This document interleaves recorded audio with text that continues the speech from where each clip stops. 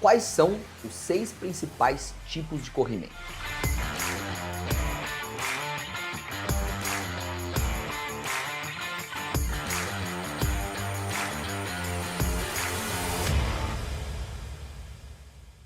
Fala meninas, tudo bom?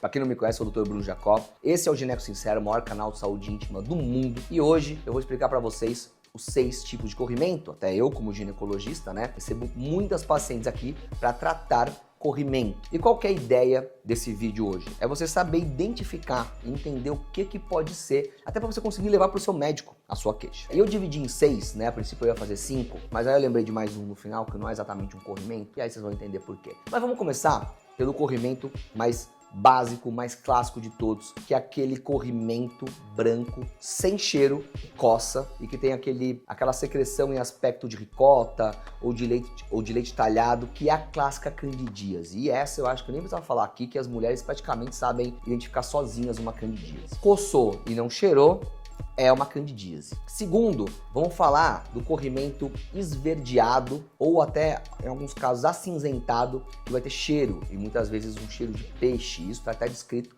em livros de ginecologia. Essa secreção, ela vai falar muito mais a respeito de uma vaginose bacteriana chamada Gardnerella. E ela sim pode ser sexualmente transmissível, mas a Gardnerella, ela é uma bactéria que ela já coloniza o trato genital da mulher. Então, na grande maioria das vezes, a mulher vai ter essa secreção, você vai ter que tratar a mulher e tratar o parceiro, e a gente está falando de Gardnerella, e algumas já tiveram e sabem do que eu tô falando. Em terceiro lugar, aí a gente vai falar de um corrimento mais amarelado. Você tá vendo que são cores, A gente vai juntar eles por cores. Um corrimento amarelado, que não vai ter tanto cheiro, mas vai ter até aquele aspecto mais purulento, um pouquinho mais de pus, e que geralmente vai cursar com mais sensibilidade na vulva, na uretra e até dor para você fazer xixi. Ele vai ter relação com clamídia, e a clamídia, ela é também sexualmente transmissível. O problema da clamídia, o maior problema da clamídia não vai estar só no corrimento em si, mas é que uma clamídia, se você não tratar ela por muito tempo,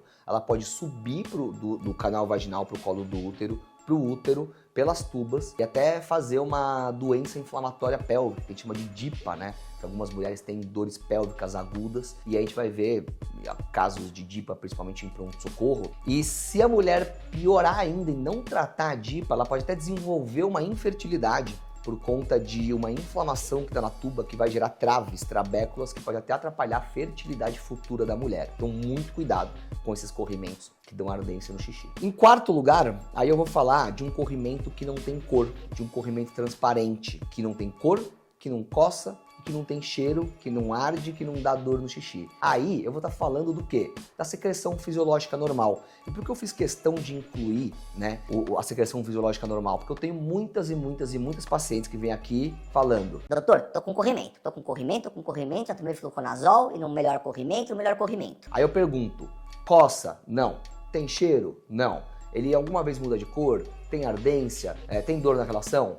Não. Aí estamos falando de uma secreção fisiológica normal. Mas se toda mulher tem a secreção fisiológica normal, por que algumas vêm aqui pra mim se queixar disso? Porque algumas vão ter mais do que as outras. E essas mulheres que têm uma secreção fisiológica normal aumentada, vai começar a molhar calcinha, vai começar a incomodar, vai começar a molhar pijama, roupa de cama. E no geral, isso vai acabar incomodando ela e vai levar ela a usar um protetor diário íntimo, por exemplo.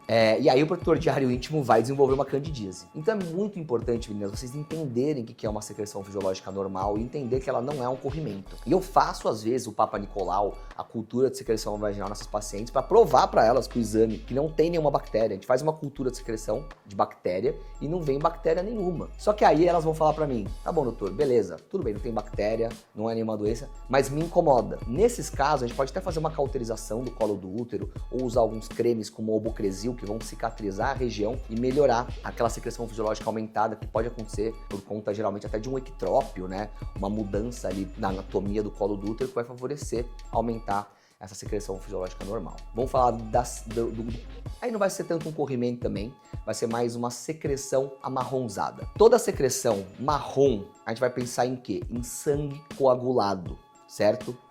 Então, você teve um escape de menstruação, esse escape bem pequeno, escape de menstruação desceu, o sangue ele oxida, o sangue ele coagula, né? Você vê quando você tem ali um coágulo, né? Depois de um tempo numa ferida, que fica aquela casquinha, uma casquinha bem escura mesmo, aquilo é o sangue coagulado, aqueles são os fatores de coagulação do sangue. Então, quando esse sangue desce, ele coagula, ele oxida, ele se mistura com a sua secreção fisiológica normal, acaba vindo uma secreção marrom. E muitas mulheres vão falar assim, doutor, é uma secreção marrom. E às vezes vai dar cheiro, porque o sangue coagulado, o sangue oxidado, ele pode dar um cheiro, como se fosse até o final de menstruação. Então a pessoa às vezes chega para o médico e fala, tô com uma secreção escura com cheiro. O médico vai pensar em gardnerella e trata como gardnerella. Mas se é um escape, aí é uma questão muito mais hormonal, ou de repente trocar um anticoncepcional que você usa, ou de repente entender porque você está tendo um escape, fazer alguns exames de hormônio, para você não ficar tendo essa secreção que vai acabar te incomodando.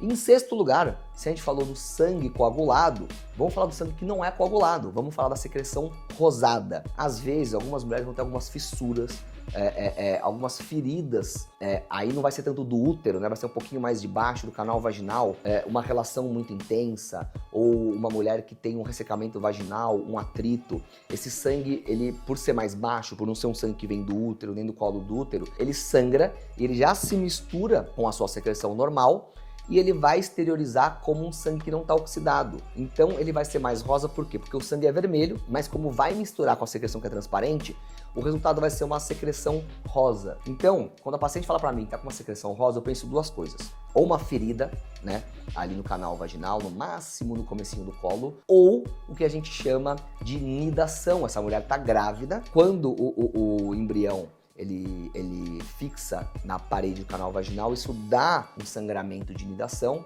que vai se misturar com a secreção fisiológica normal e vai dar uma secreção rosinha. Então, fazer um beta-HCG, um exame especular para ver o que está acontecendo. Mas, no geral, essas são as 6 principais queixas de corrimento, entre aspas, porque metade é corrimento e metade não é, que as pacientes vão se queixar para mim.